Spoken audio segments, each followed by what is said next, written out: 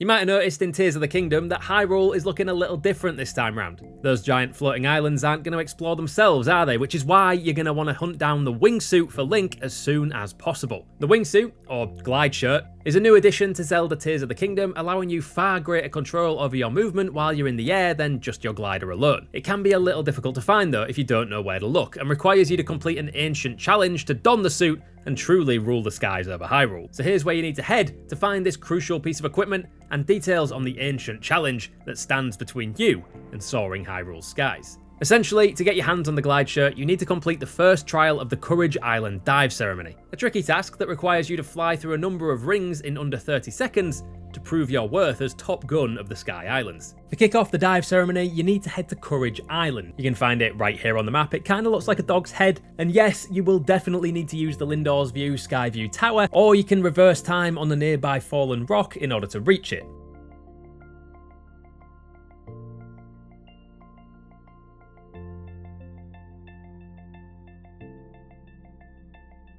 The ceremony can be started by speaking to the steward construct on the island down next to the archery training shrine on the lower levels. But you will probably need to do a practice run or two just to get your eye in. Honestly, after a couple of tries, you'll probably be able to breeze through the challenge and get yourself the glide shirt. But if you're struggling to actually complete the trial, here's a few tips to try out. You obviously need to have very precise control over your in-air movement and paraglider. The 35-second timer can seem quite tight on your first few attempts, and it's not very forgiving if you make a mistake. Missing one ring ends the entire trial, basically. So don't be afraid to experiment on your initial runs. Just be aware it will keep costing you Zonai energy the more times that you try the trial. For the 35-second trial, you'll want to use the right bumper to dive as much as you possibly can, using the paraglider only to line yourself up with another ring before going for a dive again. This might take a few attempts to master, but once you get the timing and the line right, it isn't too difficult once you get the hang of it. Completing the 35-second trial will get you the glide shirt, a vital piece of equipment if you really want to get the most out of Link's aerial prowess. And it's essential if you're going to beat the 20-second record for this trial as well. For this, you're going to want to forego the paraglider almost entirely and instead use the increased airborne mobility of the glide shirt to move instead. This should shave off a precious few seconds, but you're still going to want to try and keep it as tight as you possibly can, because 20 seconds is a pretty tough time to beat. But if you persevere and complete this trial,